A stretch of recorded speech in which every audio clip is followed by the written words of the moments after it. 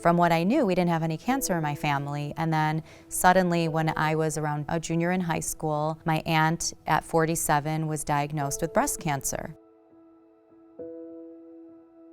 Pretty much immediately after my aunt and my mother found out that they had the BRCA1 mutation, my aunt passed away. And a couple months later, my mom decided to have risk-reducing surgeries.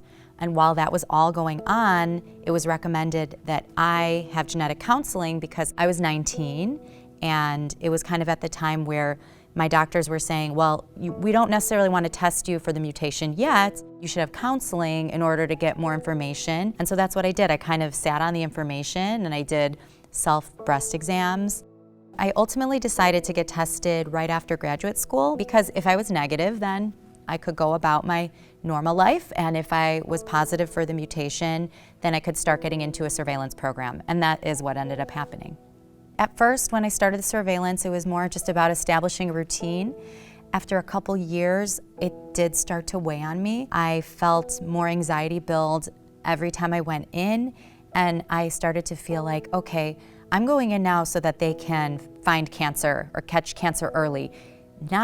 It's not doing anything preventatively. I think because of seeing my aunt go through such an aggressive breast cancer and passing away and dying because of it, and then also seeing my mother as this positive role model of someone having a risk-reducing surgery, that it was to me just something that I knew I would do one day. When I met my husband, I was in the middle of my surveillance, and so a couple months into dating, I did tell him what I was going through and what it would mean to be in a long-term relationship with me, and that I wasn't going to wait too long to have children, and that I would one day have to have a mastectomy. And I was a little bit scared about his reaction, but I told myself if he wasn't on board and if he wasn't supportive, then he wasn't the guy for me. So I decided to have my surgery right around my 28th birthday.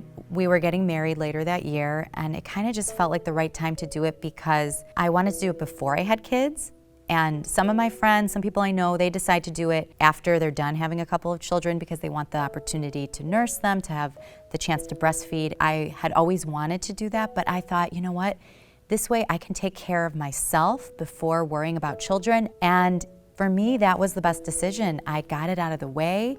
I was able to then focus on getting married and my early married life without having this looming over me.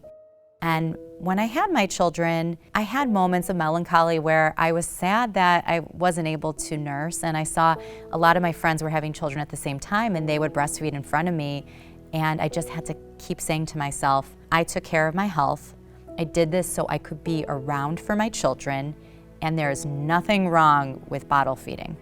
I mean, when I see myself in the mirror, it's a new normal. Having children, that has changed my body so much more than just having the mastectomy. These are the scars of motherhood, and it's just, these are the scars of being a human and having survived life. Being able to share my story with other people and connect with others through support meetings online, it helps make the experience more meaningful for me so that it's not something that I just kind of went through alone or just in my family quietly. It's something that we can connect with others and help them, and it helps us too.